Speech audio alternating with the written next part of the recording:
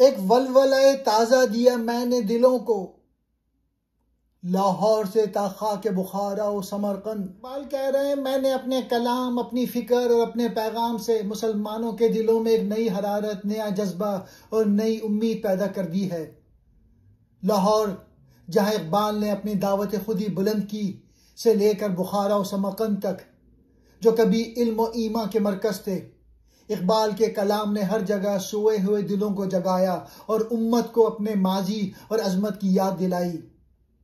یہ شعر اقبال کی ریوائول آف مسلم ورلڈ کی علامت ہے۔ اقبال کہتے ہیں میں نے دلوں میں ایک نیا ولولہ بھر دیا، لاہور سے لے کر بخارا و سمرقند تک۔ میری آواز نے امت کو یاد خودی دلائی، میں نے مردہ دلوں کو جگایا۔ انہوں نے بتایا کہ تمہارا ماضی روشنی سے بھرا تھا اور تم پھر سے اٹھ سکتے ہو۔ ولولہ تازہ، نیا جوش، نئی روح، دلوں کو دیا، لوگوں کے دلوں میں پیدا کیا۔ لاہور سے تا خاک بخارا و سمرقند، یعنی لاہور سے لے کر وسطی ایشیا کے تاریخی اسلامی شہروں بخارا اور سمرقند تک۔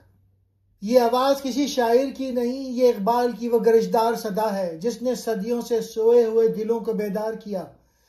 اقبال کہتے ہیں میں نے حرف جادو نہیں بولا، میں نے قوم کے مردہ جسم میں روح پھونکی ہے، میں نے امت کے دلوں میں یقین نو جگایا، میں نے غلام قوم کو بتایا کہ وہ بھی زندہ ہو سکتی ہے۔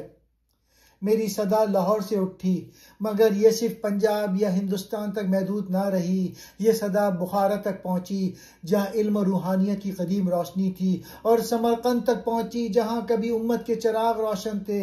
اقبال فخر سے کہتے ہیں میری شاعری نے صرف لفظ نہیں دیے، زندگی دی ہے۔ میں نے دلوں کو جگایا، میں نے نگاہوں کو جلا دی، میں نے امت کے سینے میں چھپی خودی کو بیدار کیا۔